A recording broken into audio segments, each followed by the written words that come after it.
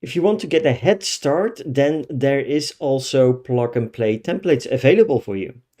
On the left-hand menu, just go towards the template store. To install a template, it's really easy to do. Let's take, for example, this Telegram beginner template.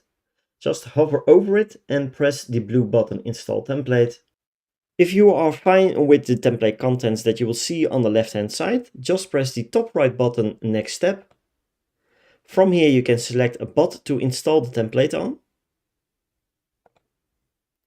You will then see an important notification that if you install a bot template, all contents in the previous chatbot will be replaced with this template. If you are fine with that, then we can just press the green installation button on the top right corner. And we can now open the chatbot with the newly installed template. As you can see here, we have the contents of the template, and if you go to the left-hand menu, you will see that you will have access towards the flows overview. In a future video, we will talk about how to create new flows and also how to work with the chatbot platform's flow builder.